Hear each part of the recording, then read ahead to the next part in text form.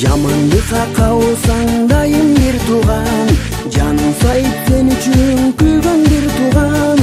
Кокустайып кулап түшсөң жерге капыстан, абалыңды келип сурар алда бир тууган. Күлсөң дагы бирге күлгөн, кубансаң да ал кубанган, жан күйөрүң дайым бир тууган. Жамандыгың бирге тоскон, жакшылыгың бирге тоскон, аман болсун дайым бир тууган.